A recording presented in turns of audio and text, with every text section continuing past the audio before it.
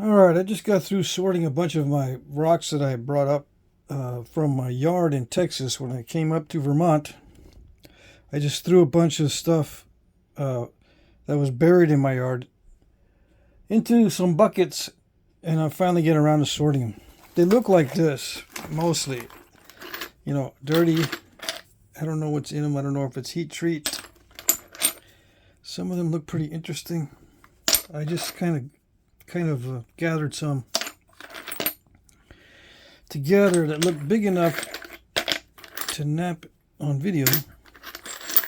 Although I could nap the small stuff. Like I got little bitty ones. Little bitty flakes that are interesting, but that's the smallest one in this batch. Someone wanted me to nap some Knife River, and I found some.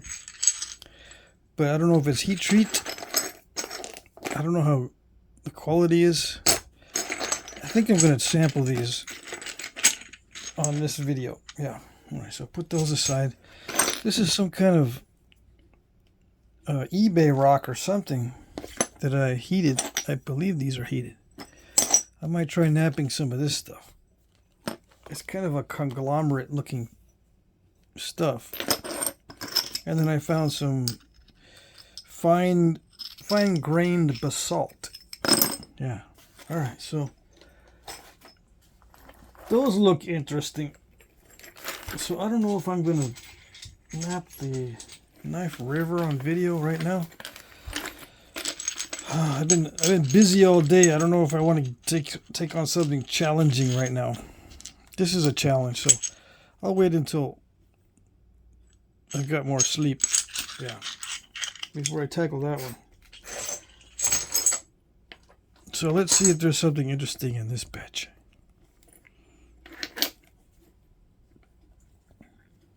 I'm curious to see what some of this will nap like.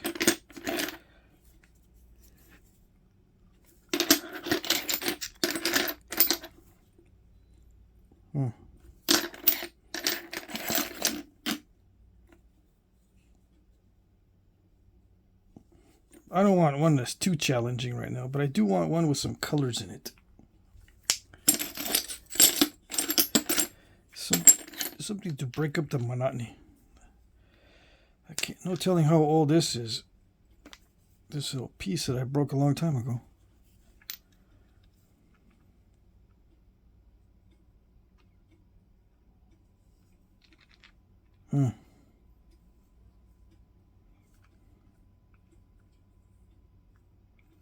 Yeah, that would be interesting.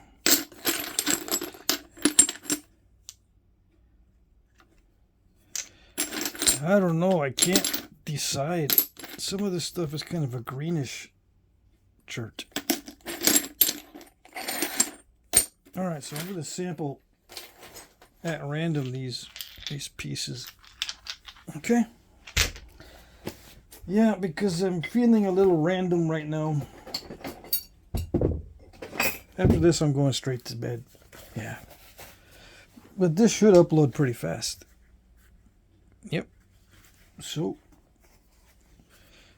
maybe it'll be uploaded before you guys go to bed. Oops. What is it? I think it is a heat treat. I got a nice controlled tip break on this one. Yeah, that looks heat treated. Actually, might be interesting. Let me see.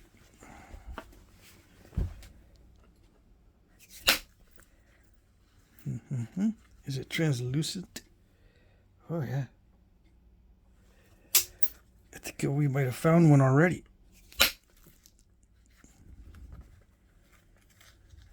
Something that I find interesting.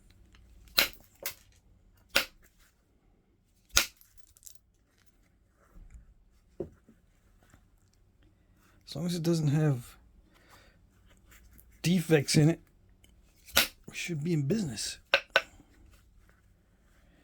I can see some defects already. That's pretty common. another controlled mid snap. It's kind of broken up in the middle. Let's see if we can get rid of that stuff. Yeah, that's heat damaged for sure. Why did I pick the one that was heat damaged? I don't know. Just my luck.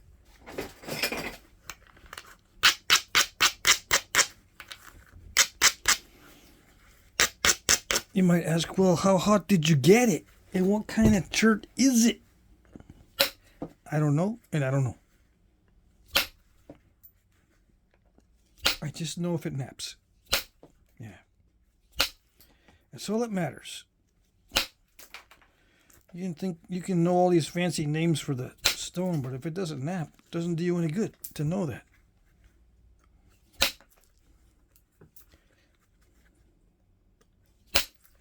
Maybe if someone asks you later on, they'll ask, do you know if such and such type of stone is good to nap?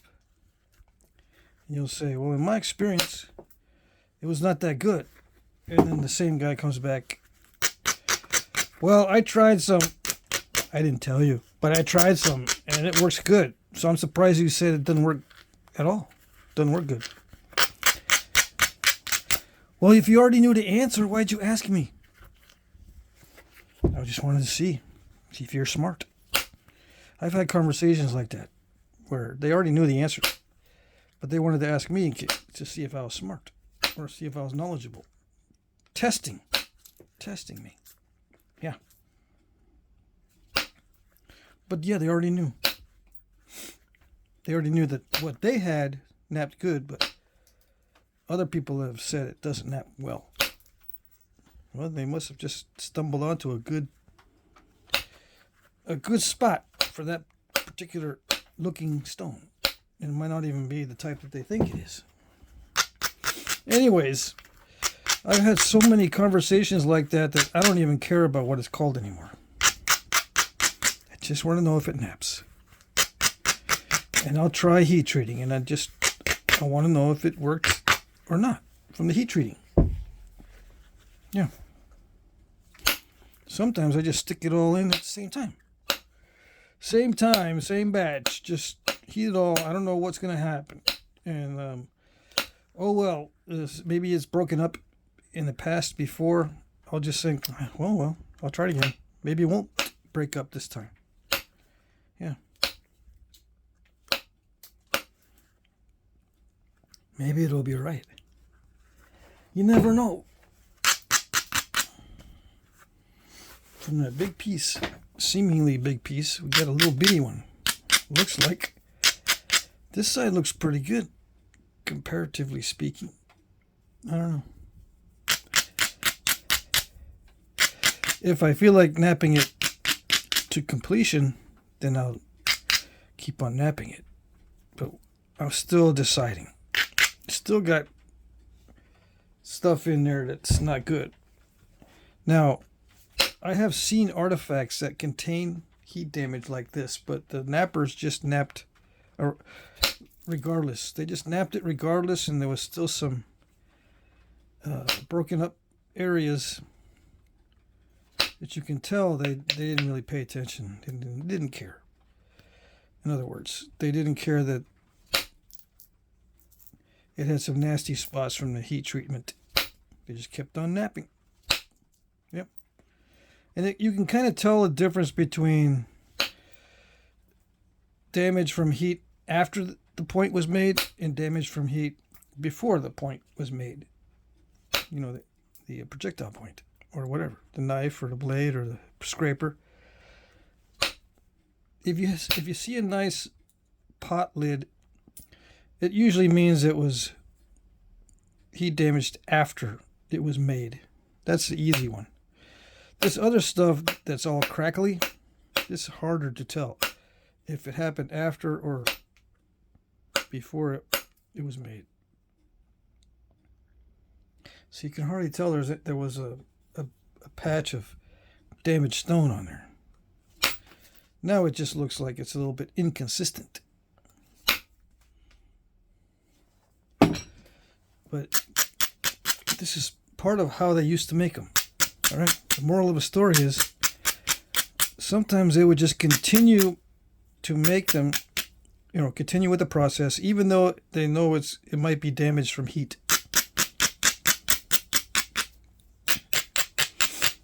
Yeah.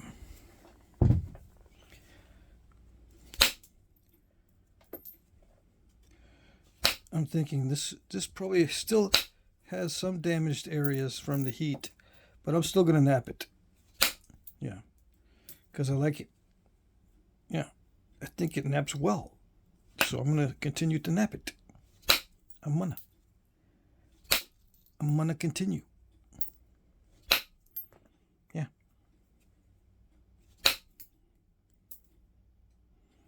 It thins down nicely. It is behaving itself. So far, so good. It's a little bit curved.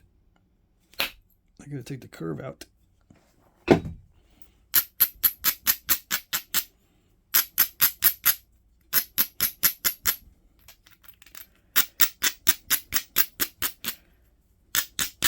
So far, so good. It hasn't snapped. So that means it looks pretty solid. Even so, I can still see some damage in there. And it does want to dive in certain areas. But I might be able to clean it up enough so that there's no problems. Okay. All right. Stage 1 is over. We got the biface that we're looking for. I'm looking for a good potential in the biface. Does this biface have good potential? I think so. So that's what I was looking for. I'll put these other pieces aside, although I do want to sample this one. Let me see. Hold on while we pause for station identification. Which that feels raw. No wonder. No wonder I didn't nap it. Although I don't know.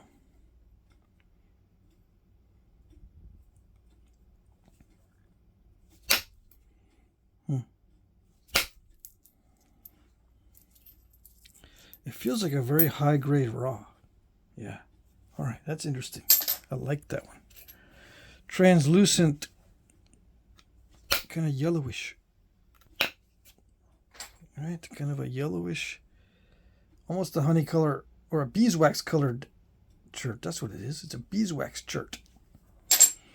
I don't care what it's called. I call it a beeswax chert. Yeah. So there you go.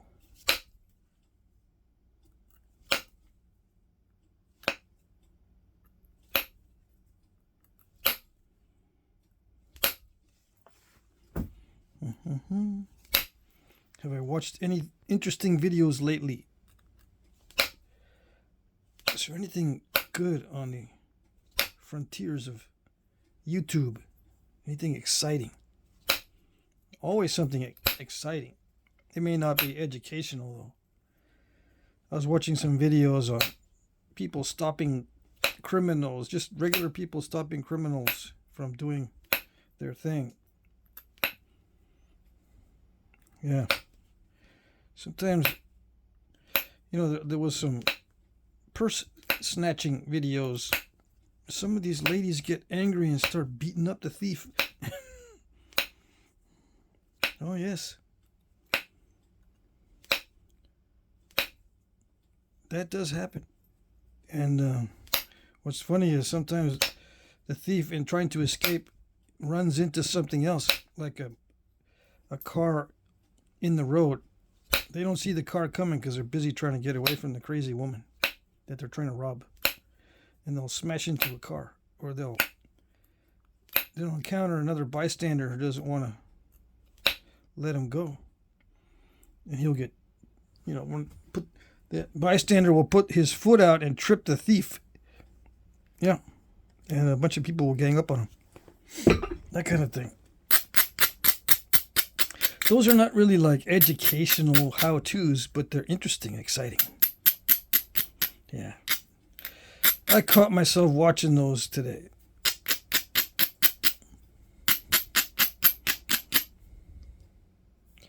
Also watched some where they were innocent, not innocent. They were like jaywalking. People they were clueless of what was going on. They were jaywalking across the street, causing accidents. Yeah, I can't call them innocent, but they don't realize what they do. They're causing accidents, and some of them were pretty bad.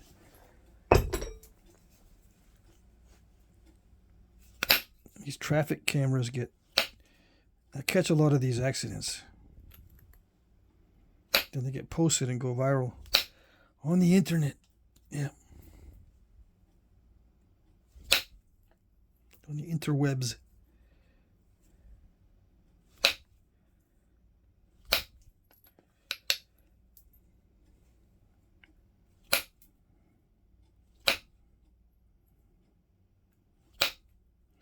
The quality of the videos are getting better too. These dash cams and traffic cameras and stuff.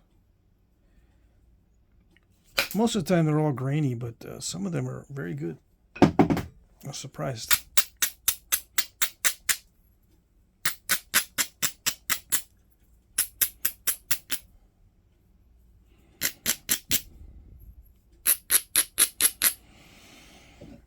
Yeah, I try to sit down and watch archaeology videos. I'm subscribed to a few archaeology channels that are actually pretty good. The lectures they remind me of college lectures, right? Because I guess they are, but a lot of them are for archaeologists. You know, archaeologists lecturing to other archaeologists. There's a couple channels that I have subscribed to that are pretty good. What I call good is that they go into a lot of data. They start exploring the data and they show you they show you what's there. They take an interest in the data and they're very good at explaining it. Some of it gets rather technical, and it is something that'll put you to sleep. But for the most part, I think that the ones that lecture on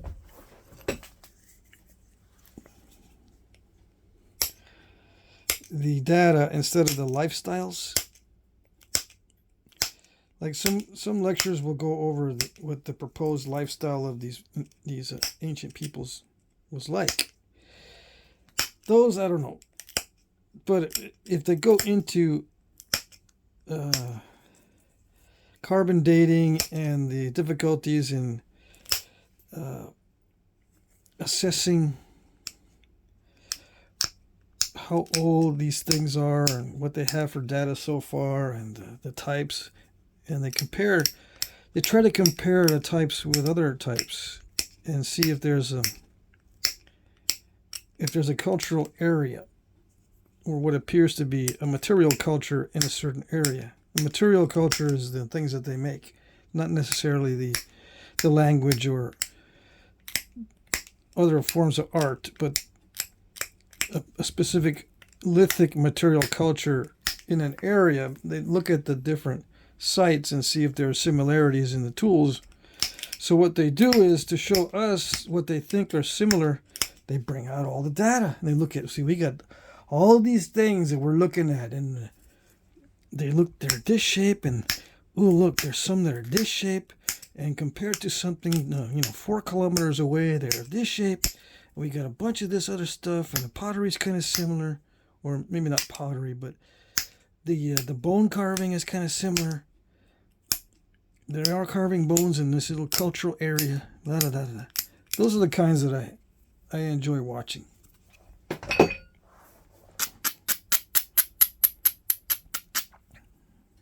But yeah, I can get caught up in watching videos all day. So I don't watch them very long. Yeah. They're typically 45 minutes to an hour and a half lectures.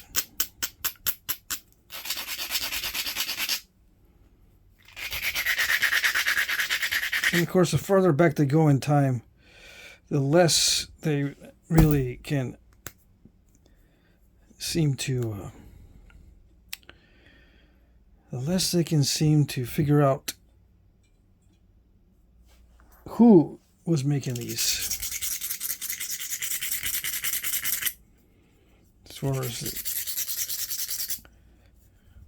the people, where were they from?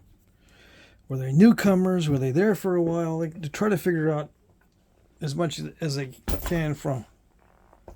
Or they try to figure out if there is a cultural migration, or these technologies were developed by the same peoples over time.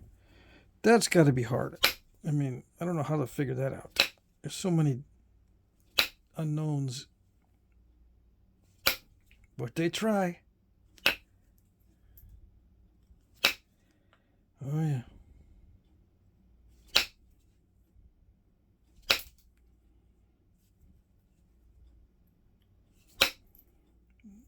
Some people, I've had some people ask me, how old is heat treating?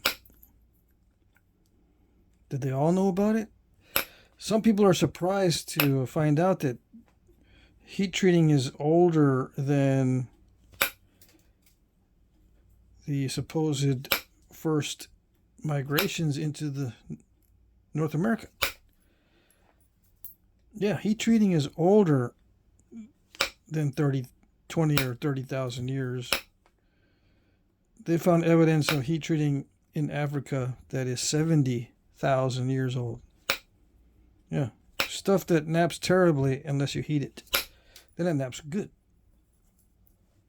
And they're thinking it was just an accidental thing back 70,000 years ago, because they were just, making fires and surrounding the fires with different stones, Some of the stones actually changed properties when they were next to the fire. And they were napping tools out of those.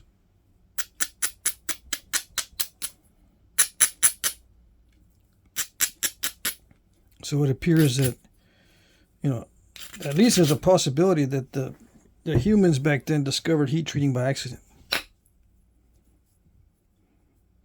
Yeah. Instead of intentionally trying to see if it worked. I don't think anyone's back in the day when they first started heat treating said, I wonder if I heat the rock, it'll nap better. I wonder, let's try it. Let's get Mikey. He won't try it. He hates to heat everything. No, I don't think they did it that way.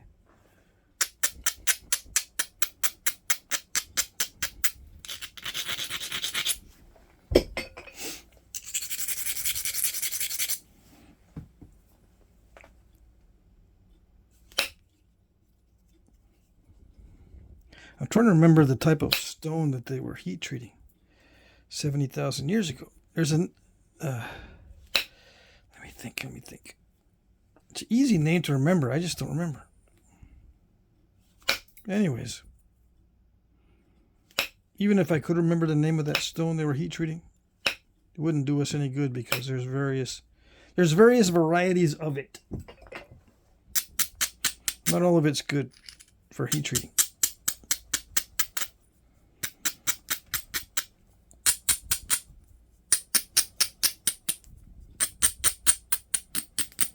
Just like anything else. Just because it looks good to heat treat, or it's a specific kind of stone that should heat treat well, doesn't mean it will. No. If you're lucky, it works just as predicted or as expected. Yeah. How often does it work? In my experience, from not really knowing if it's going to work or not, it usually does work. I would say 70% of the time, if you're not too sure if it'll work, but you experiment with it, it'll actually work. 70% of the time. Because usually you're trying to nap something, or trying to heat treat something that is not really, really grainy. It looks kind of good, but it's tough. And it's something that someone told you, yeah, you probably should heat it so you're not going into a blind, but you're just not sure. I would say, just not sure, brand new. Somebody told you, yeah, it might work well, heat treating it. 70% of the time, 3 out of 4 times it usually works. Yeah. At least a little bit better. Maybe not great, but a little bit better. As far as nappability. And you can stick it back in. Especially if you started with a low heat. You can stick it back in there for the next heat. And see if it works. Better. But don't heat all of your stones. Keep some back just in case. Just in case there's too much heat and you ruin your stuff. You don't want to ruin it all. Of course, a lot of times I don't listen to my own advice and I heat it all no matter what. And I just say, oh well, I just live with what I get. Yeah, if I ruin it all, I ruin it all. Oh well. But those were the days when I didn't have any time to do anything. I'd rather just try to do it fast than to spend too much time messing with it. Yeah. And if it didn't work out, oh well, next. Don't really have time to try to mess with it. I'm trying to get better at it though. And now that I'm not that distracted, my kids are grown. I can focus better. My nutrition is better. Yeah. I'm not drinking caffeine or alcohol these days. Well, coffee. I do take caffeine pills when I'm feeling blah. Yeah. Caffeine is like medicine. Yeah. Now it is. When I feel blah, I take a caffeine. Well, 100 milligrams to see if that works. That usually works.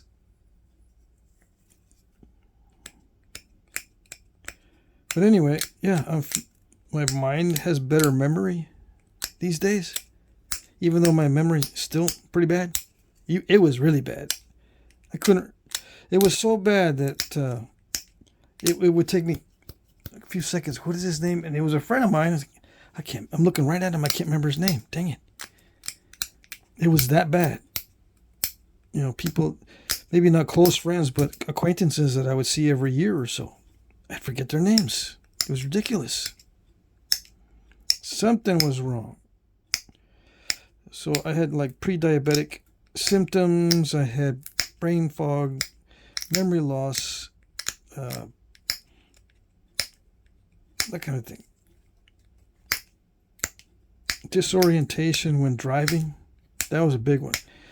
Driving was beginning to be quite an effort.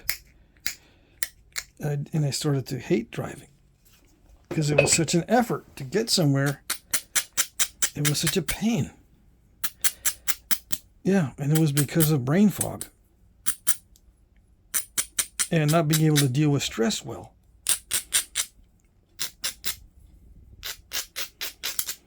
Now it's almost effortless. Yeah, which is not good because then I end up driving all over the place now. Taking the drive and look at the scenery, the beautiful scenery around here. Oh yeah, I can drive now for a long time. An hour drive these days for me, no problem. I'll drive around just looking at scenery for an hour. Yeah, it's amazing. Yeah, people around here, they take it for granted they've got such nice scenery. I'm still googly-eyed. Yeah. After living in the desert for a long time. Yeah. Never seen so much water. Streams, lakes, ponds, swamps. Water's everywhere. Rivers, big rivers, small rivers, deep rivers, shallow rivers.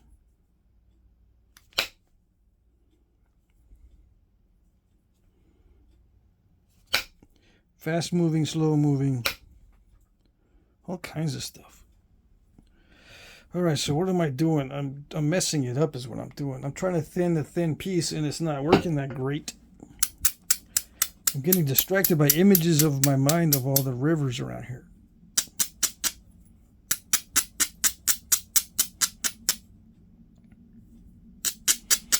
And rivers are not nasty full of algae. You can just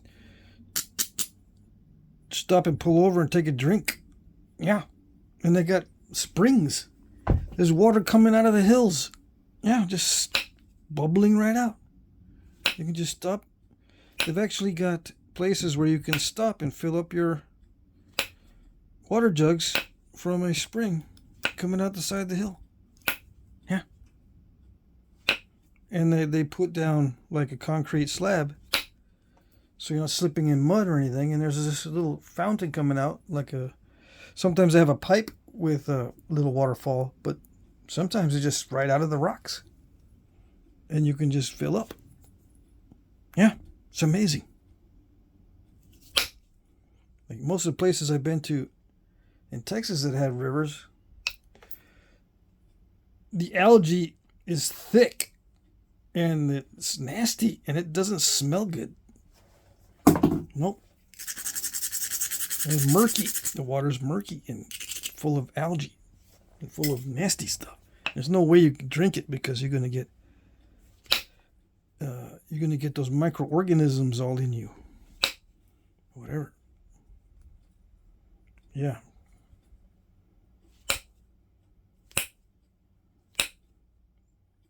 Yeah, there's some people that, in the South that are lucky and have springs on their property, or they know where they can access fresh water from a spring.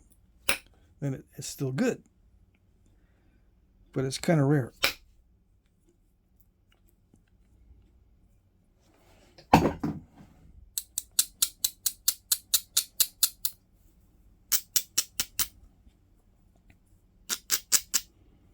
Yeah, we have a well in the backyard of my house in Texas, and that water is so full of minerals. It's unbelievable. Unbelievable how much minerals can be dissolved in water. It's amazing. So you try to boil something in the water that we get from the well, and there's a deposit, big old deposit of minerals at the bottom after you boil it down a little bit. And you go, dang, this is not good for anything. It looks clear. Some years the well water is nice and clear, and some years it's kind of murky. Doesn't matter. Murky or clear, it's just full of minerals. Lime or whatever.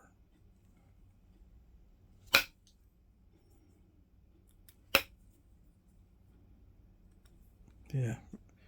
Very hard water. We had to have a softener. Yeah, water softener.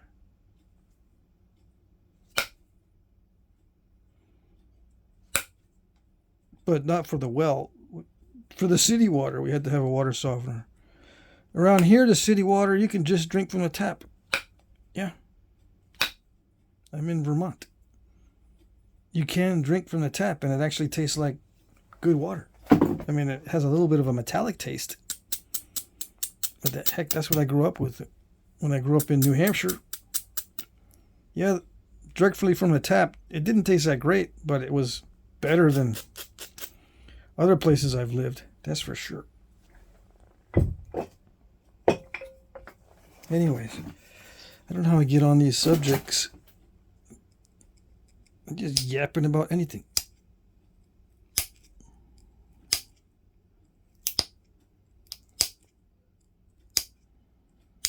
Yeah, I got some friends now.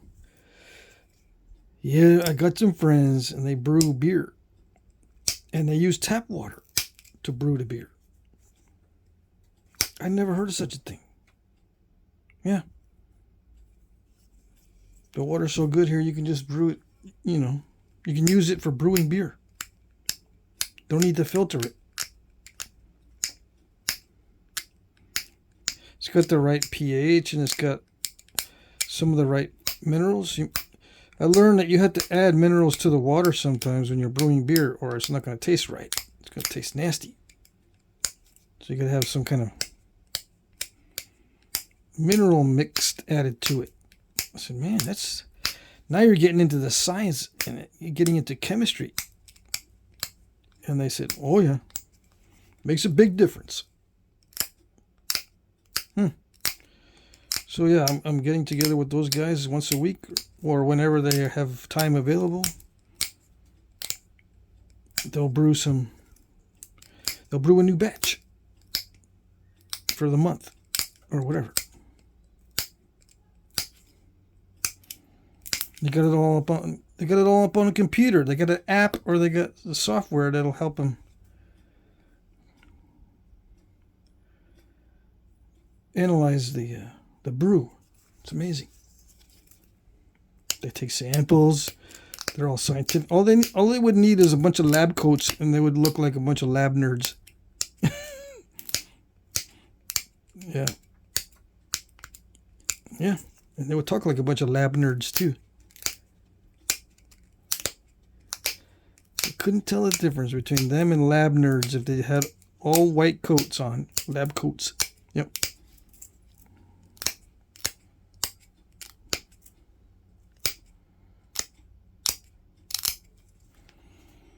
I said, yeah, this is intense.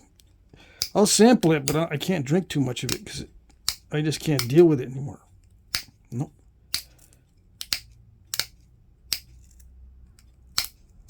But yeah, I'll sample it. Give you my unexpert opinion. Yeah.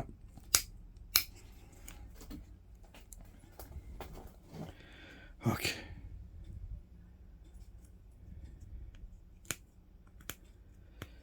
What are we gonna do? I don't know. We're just gonna keep looking at it and looking at it. Hopefully, by looking at it, it'll get better. Yeah. Does it get better just by looking at it? Well, you know what they say. They say just by observing it, we can influence what's going on. Just by observation. Right? No? Yeah, I hear that sometimes. Once in a while you'll hear it. It'll pop up in conversation online. Yeah, just by observing we're able to alter matter. Just by observation. The wave function collapses and we can actually see a difference. Just by observing. Yeah, they wish. I've looked at the scientific background to that notion. Where did it come from? Where did that notion come from that just by observing we can change what's going on in the universe? That comes from a misinterpretation of what observation, quote unquote, observation means in science. An observation in science is actually an interaction in order to obtain a measurement. In order to obtain a measurement from a phenomenon, we need to interact with it. So it's not just simply the observation. It's the interaction with the phenomenon. And of course, we're going to have an effect on the phenomenon by interacting with it. But it's been misinterpreted as, oh no, we just need to just merely observe it and then it affects it. It collapses it. Like when we watch light, it'll collapse the wave function. We're collapsing the wave function because we're interacting with it. When we measure it, it can't measure it without interacting with it in some way. Well, I suppose you can. But if you're not interacting with it, it doesn't affect it. Yeah. If you know anything about conducting scientific experiments, if you just leave it alone, nothing happens. You can see it, but if you just leave it alone and don't interact with it, nothing's going to happen with it. Nothing happens. Yeah. But the idea keeps rearing its ugly head over and over and over. You see it once in a while. Over and over and over. See it once in a while? No. Periodically, it'll come up. And it happens over and over again. People don't learn. That they were talking about interacting with the phenomenon, not just merely knowing it's there. Yeah.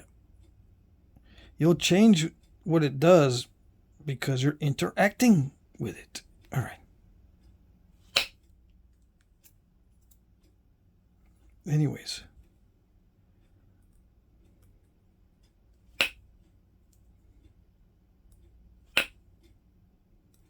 I was reading that, or I was watching a video. They've done studies on people when they interact with each other. If they have different IQs, causes anxiety.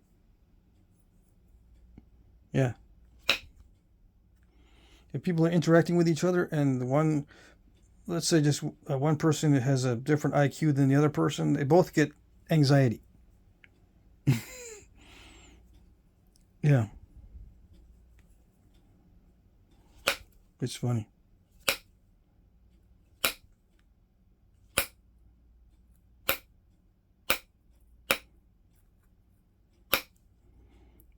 It's the story of the internet. You get people with all kinds of different IQs all interacting in the same space, and no wonder there's anxiety and tension and all kinds of weird stuff. Emotions, all kinds of weird emotions going on. Should I argue or shouldn't? Should I let it die or do I let it... should I let it continue or make it die? Debunk it. What should I do? Some people just can't let it sit. They got to get in on it because it's bugging them.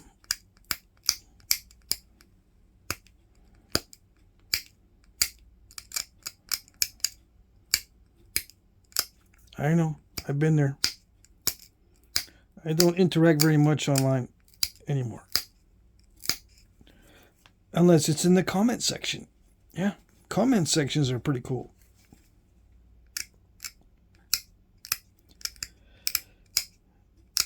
I mostly read comment sections. Very rarely do I pop in and say something. Although on Instagram I tend to do it more than on YouTube. Yeah. For some reason Instagram gives me more anxiety than YouTube. Once in a while I'll put a comment in on Instagram. These people are so silly. Unbelievable. Some of the things that's going on over there.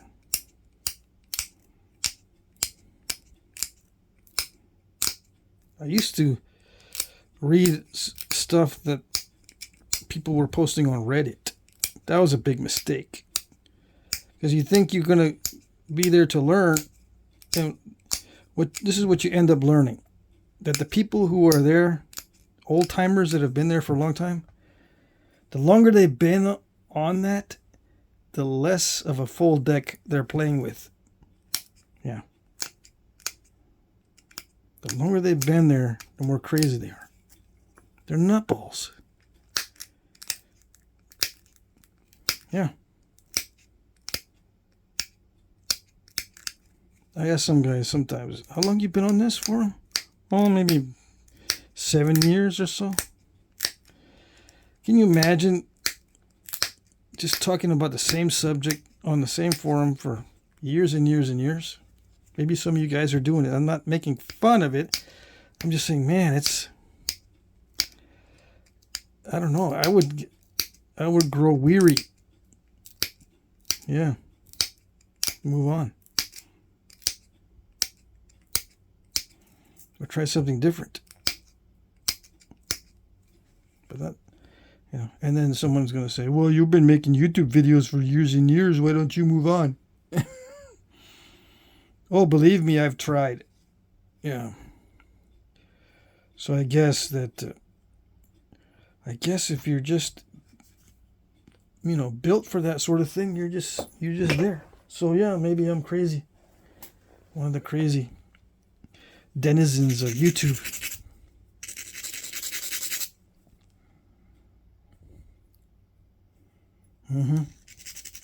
Caught me. So what am I doing now with this? I'm trying to figure out how to make this extremely thin. And I think I'm not succeeding, but let me just try one more pass of flakes, get a good edge. And we'll see.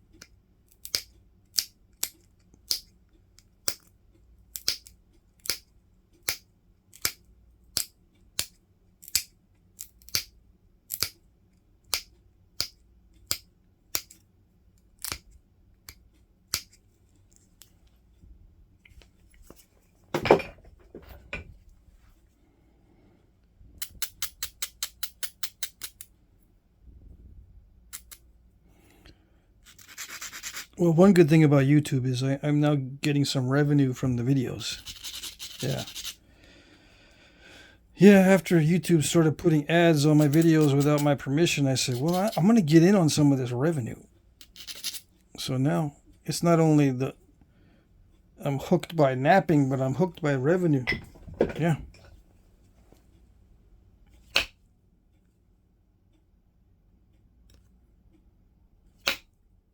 I just got to post regularly, and there it goes. I get a monthly direct deposit. It's awesome. I can't hit this too hard because it'll crack it. Here we go. I need to better. This is already wearing down. Yeah, see that? It's got some bare spots on it. See that bare spot? So it's not abrading very well. I got to go to something better. There we go. No wonder. No wonder. Yeah, I wasn't getting good flake travel. Okay, let's see if we get good flake travel. Yes. That was good. Oh, yeah.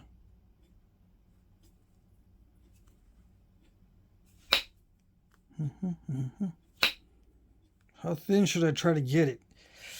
I don't know. Pick at it until it breaks. You didn't know that's what I do in my spare time? I just pick at the stones until they break. Now you know. I used to do that, yeah. I don't do that anymore. I know, I pretty much know when they're going to break. I was going to say I know, but I don't know all that well, but I pretty much know when it's going to break. And I don't try to push it anymore. I used to try to push it a lot to learn the limits. Now I'm kind of in tune with, yeah, if I go any further with this, it's going to snap. I know it.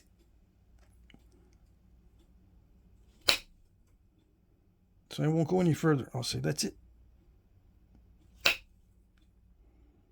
Good enough.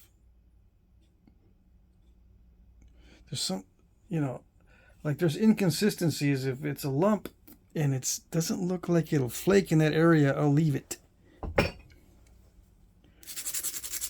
This area looks a little bit inconsistent. A little bit. So let's see. It's only 49 minutes. It's not like it's already an hour and a half. I can pick at it and see. Yeah, there you go. It didn't crush.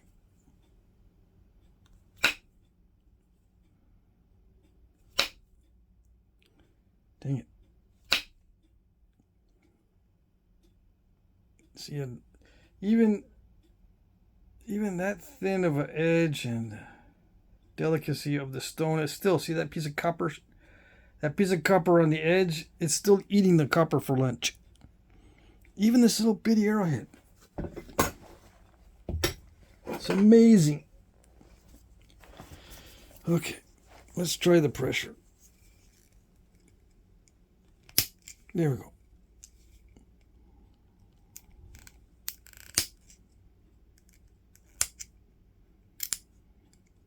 So yeah, I was watching a flake over grind napper today too.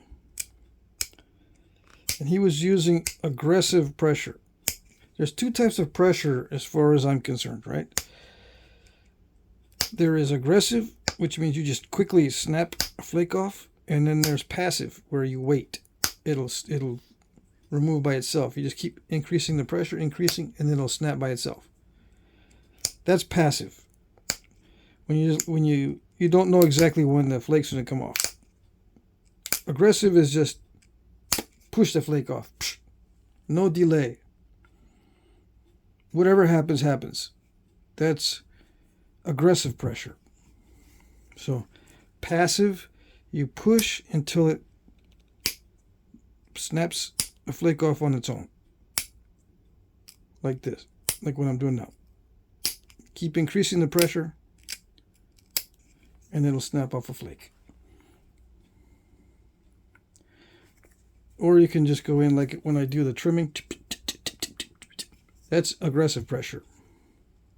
I don't wait. I just snap off a flake. Now there's an in-between as well. It's kind of passive. It's kind of aggressive. Maybe it's passive-aggressive. Yeah.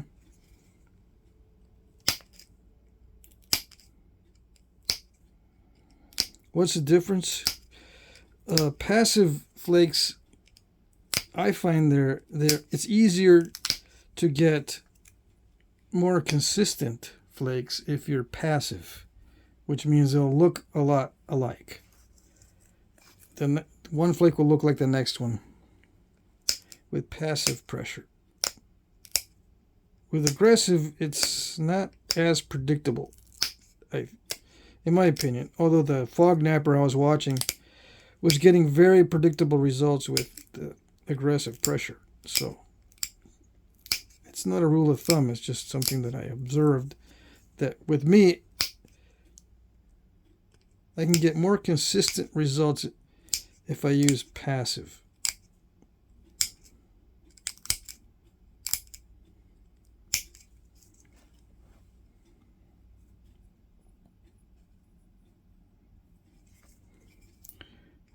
See, when I just do this, that's all aggressive pressure because I'm not waiting at all. It's just pushing the flake off.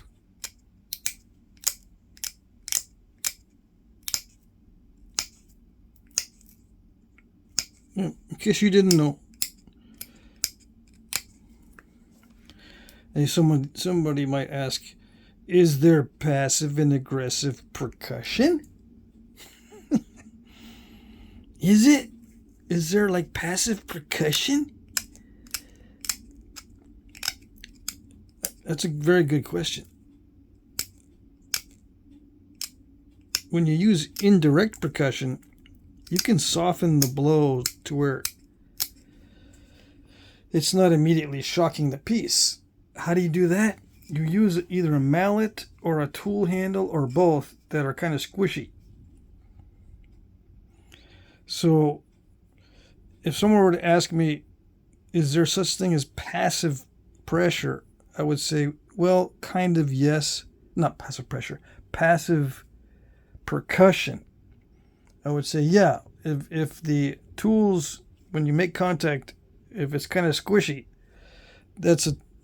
you're getting into the passive type of percussion. So the more squishy the tool is, the more passive your strikes, because there's a delay. Even if it's a slight delay, there's still a delay.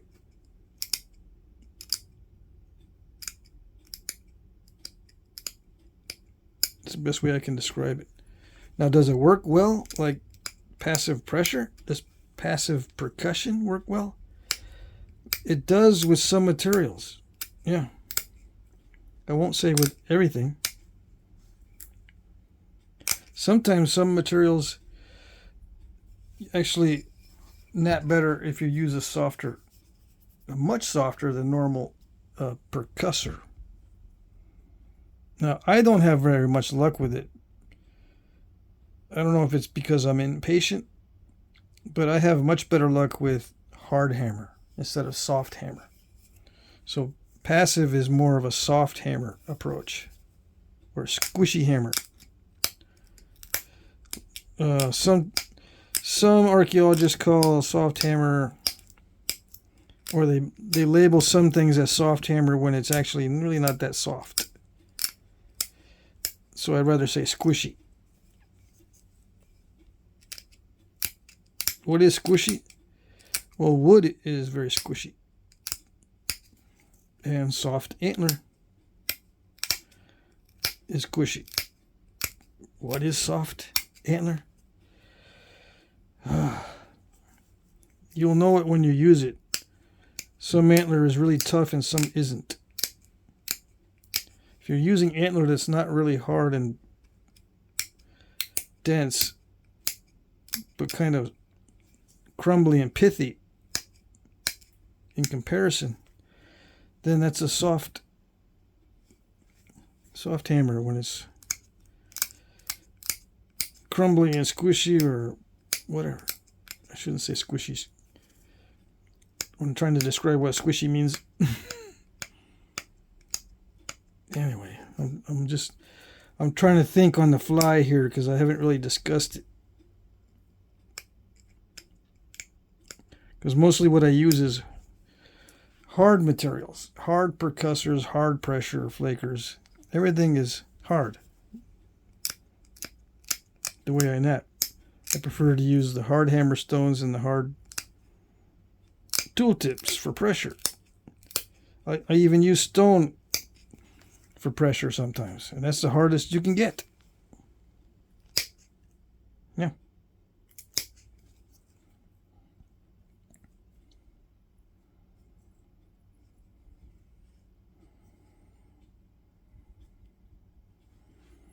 You want to go thinner than that? I can go thinner than that. With this material, I can go thinner than that. Yeah. I don't know if I want to. Let's see, what time is it? Oh yeah, I got to wrap this up. Yeah. Let's wrap it up.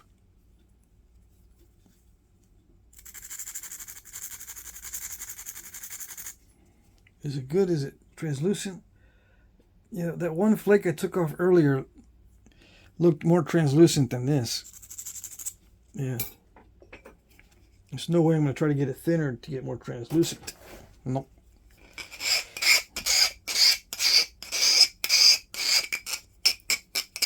And that guy I was watching that was doing the flake over grind, he was grinding the tool tip with every, like 10 flakes. Every pass.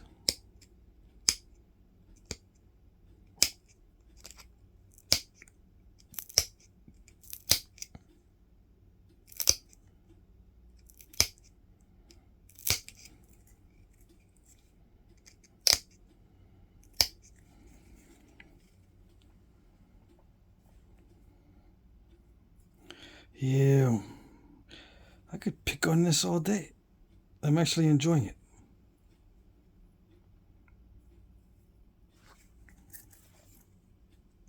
I think it's because if I just pick on it or pick at it, it's meditative in kind of a stressful kind of way. Weird. I know.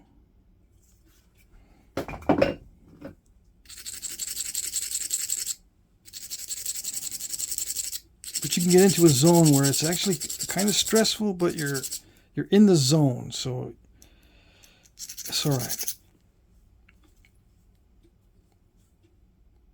I don't know. Should I take a risk? It's not going to do much. Well, I already ground it down, so might as well. Yeah. I don't have to take any flakes. I can just resharpen the edge after grinding it down. I can just say, no, I'm not going to take any flakes, and just resharpen the edge, but I am going to take a flake. Yeah.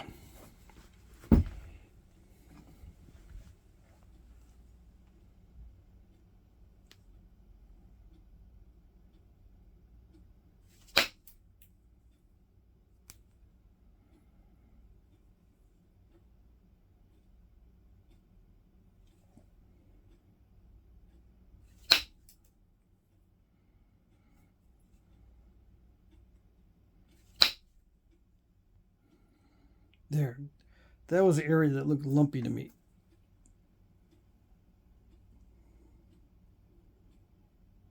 Yeah, okay. Good enough. Good enough. Yeah.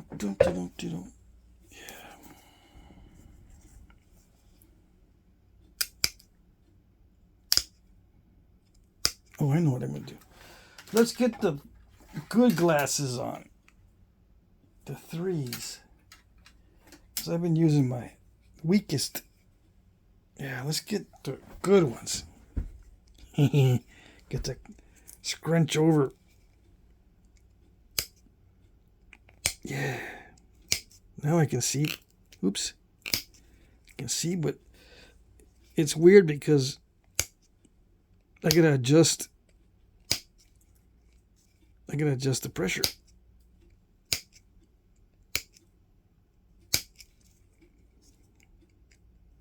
Yeah, I can see now.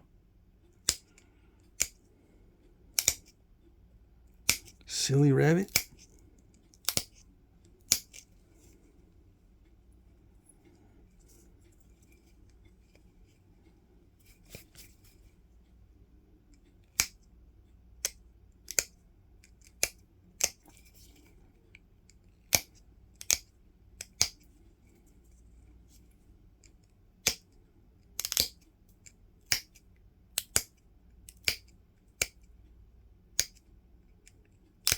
Yeah, I can see all the dull spots.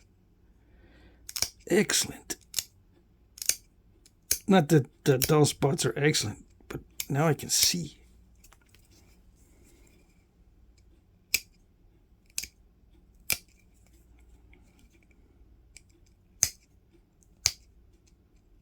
Can you see what I'm doing? Or is it hidden? I have to adjust what I'm doing. It makes it harder for me to nap it if I cause it to be seen. Yeah, if I hold it in a position where you can see it, it makes it a little bit more difficult for me to nap it.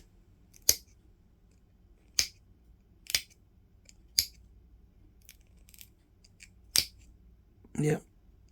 So it looks a little bit more stupid.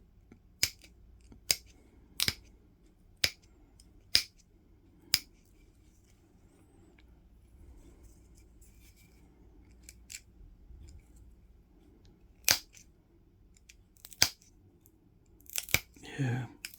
As long as I have a good seat on the edge, this works well.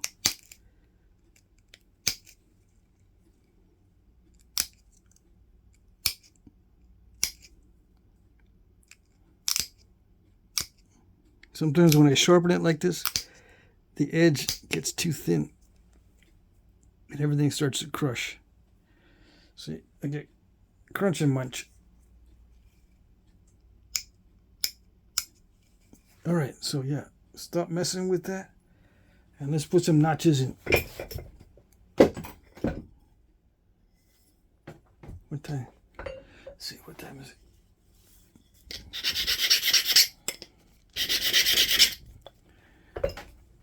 Yeah, I spent a long time on this one. Okay, up high or down low? I'm wondering. I usually put the notches kind of low. Let's do it up a little higher this time.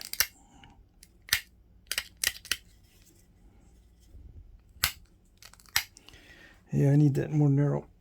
Hold on. I need it to be thinner.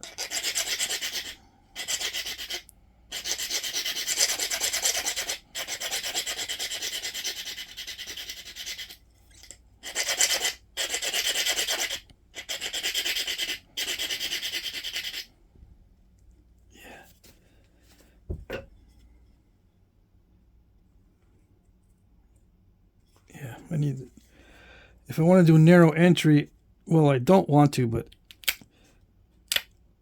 the tool needs to be pretty thin. I'm going to do expanding notches. That's still not thin enough. Hold on.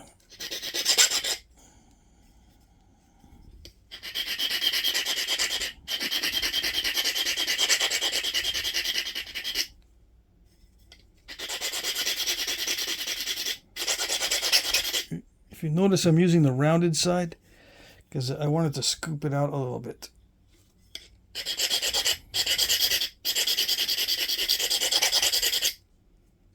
Yeah.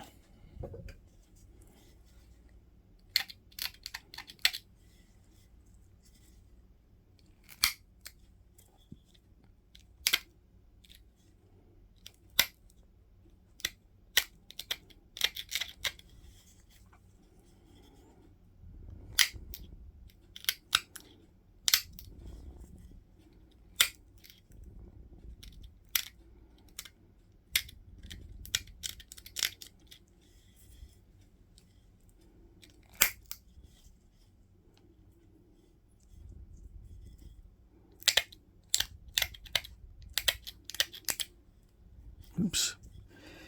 Do not touch the sides.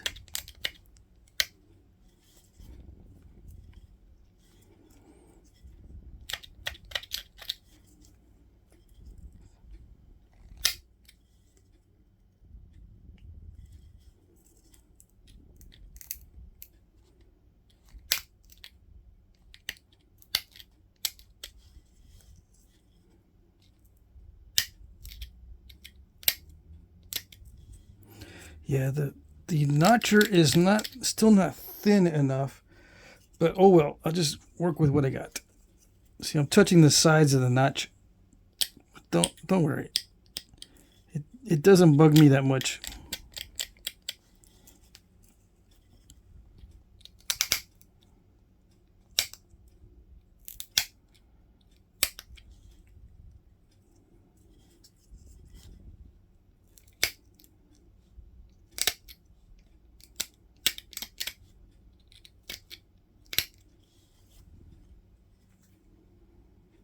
Expanding. Yeah. Not that great. It's not that great. I gotta learn to do the vertical notch work. Oh, that'd be way off. I could have dropped down a little bit.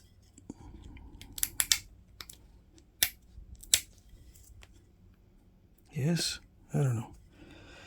I'm way off on this side. Oh well.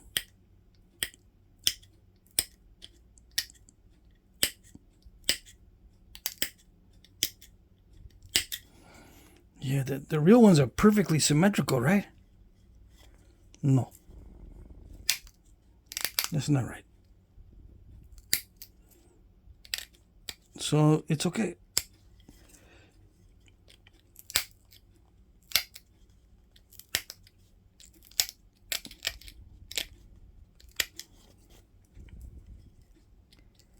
It's the glasses. The glasses are messing me up. They're good for some things, but then they mess me up. Yeah.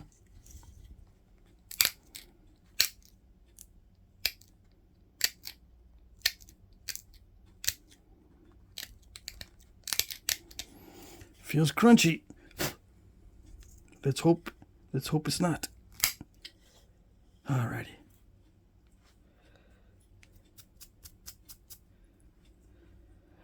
Okay, let's continue.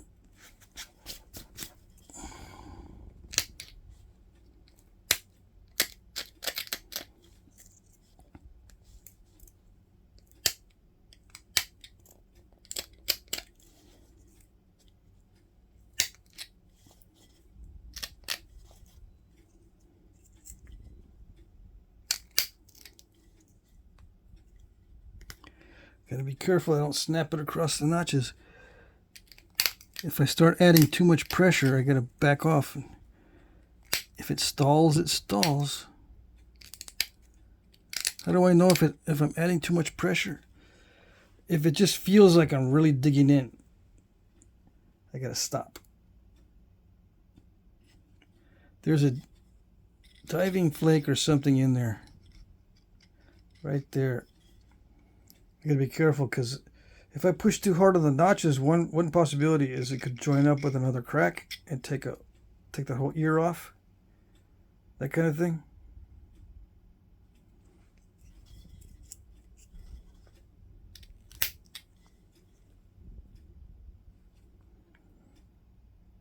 All right, so they're expanding a little bit. Expanding notches. Yeah.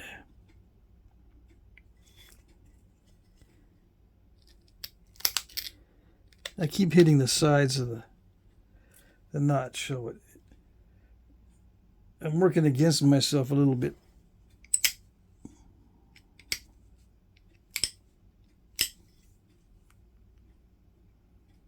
Anyways.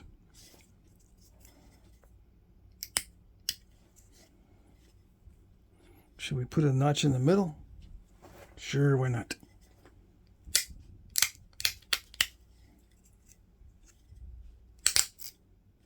Now that we're at it, now that we're here,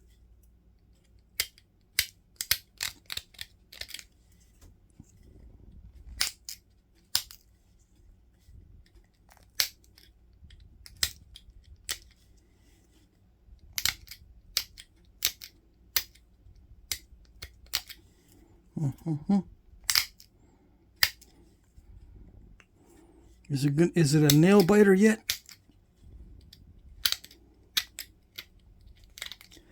When it starts to get narrow between the notches, that's when it gets to be a nail biter. Oh yes.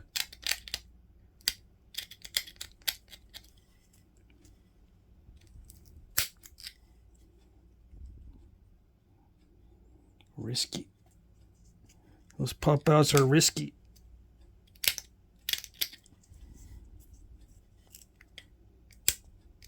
All right. We're almost there. We're there yet? We're almost there yet.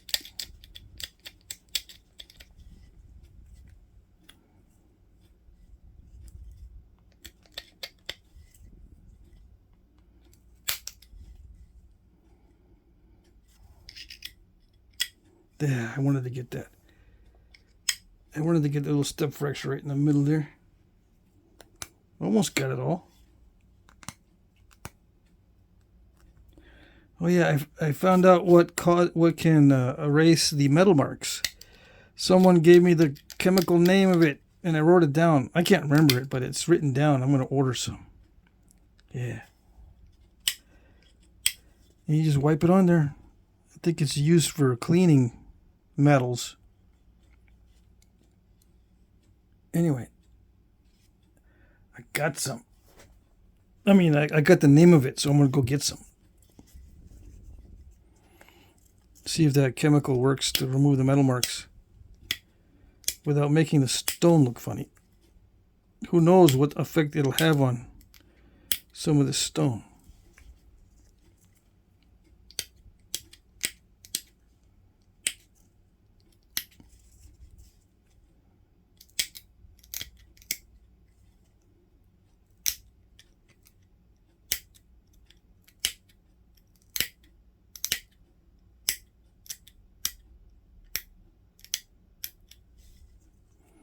That'd be funny if it causes a stone to start fizzing and start eating into the stone. That would not be good. That will remove the metal marks for sure, but it wouldn't be good.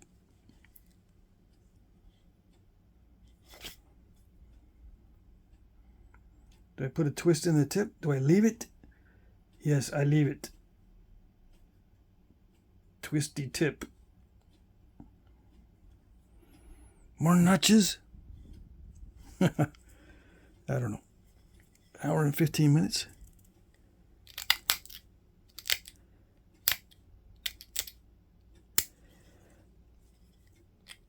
It's not an hour and a half yet.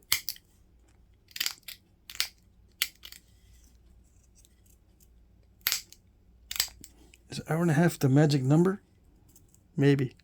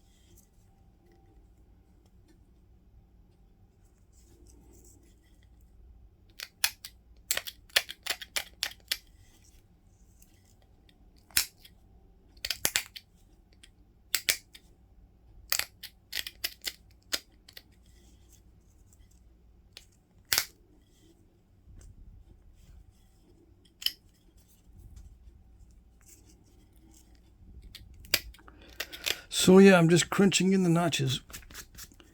Nothing special. The way I do notches is pretty low tech.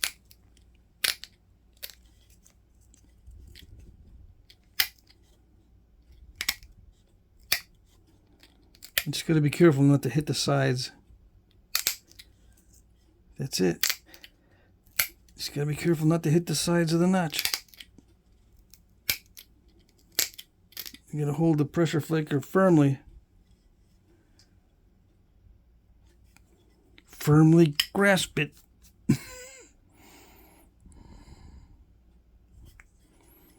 Yeah. That's a SpongeBob reference.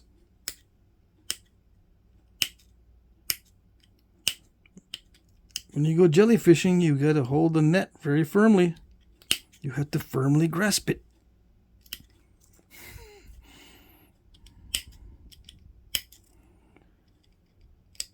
Yeah, they took Squidward jellyfishing while he was in a wheelchair, covered with casts and bandages, and he couldn't grasp the net, so they stuck the handle right into his hand.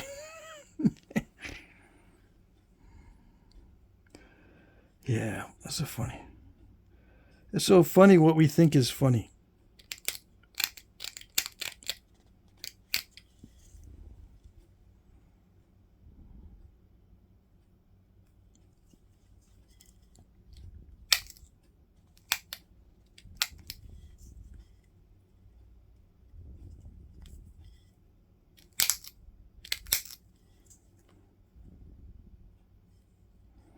Good enough. 5 notches, and it's not translucent like I thought it was going to be. But it turned out to be a nice material. Even with all the heat damage. Yeah. What did I do with my foreshafts? No, not the foreshafts. Oh yes, if I can find them, I'm going to bring them out. I rearranged my stuff again. Why do I keep rearranging? Because I've got too many things in here. Hold on.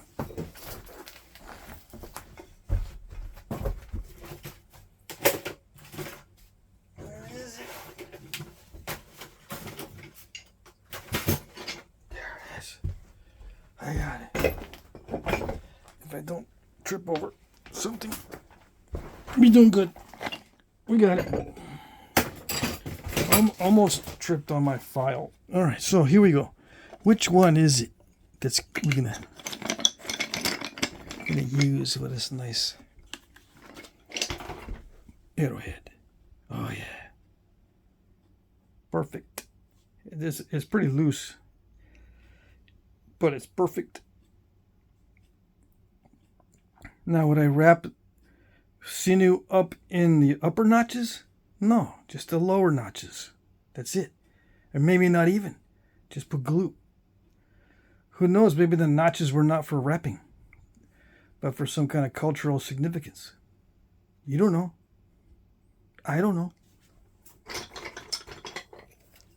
See if it fits better in this one. Tighter. A little bit. I made it too thin. Look at that. It's all wobbly. Dang it, I made it too thin. All right, what we got? Where's my other one? I had a good one.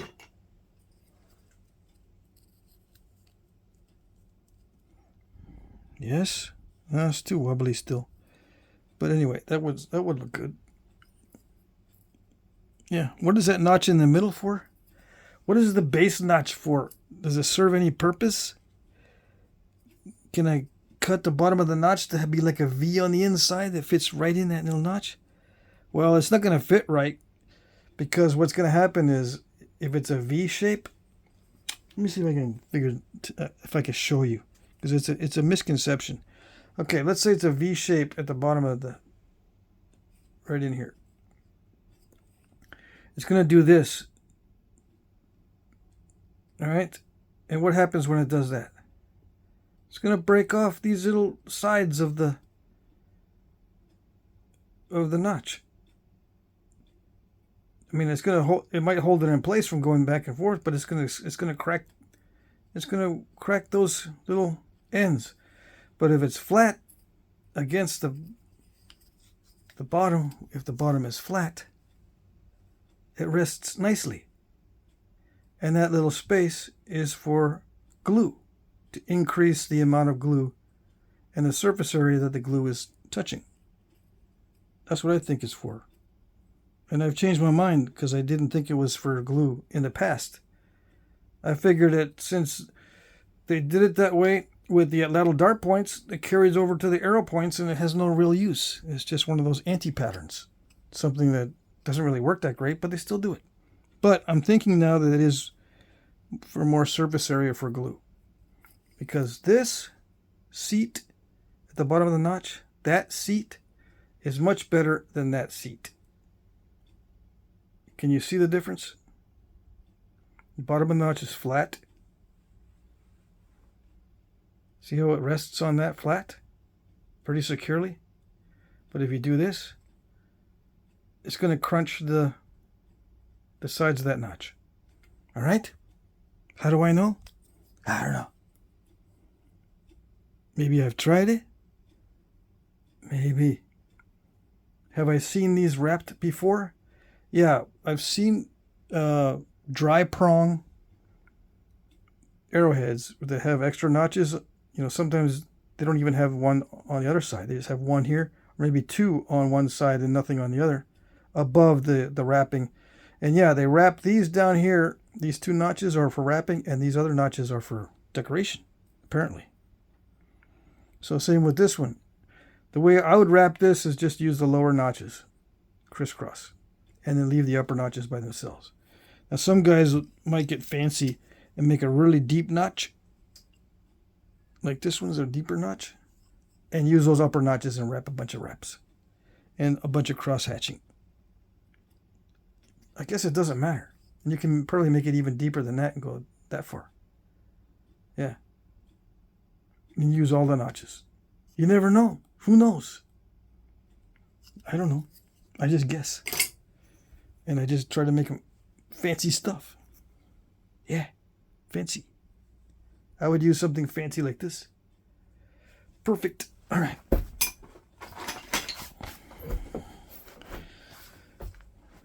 Here we go.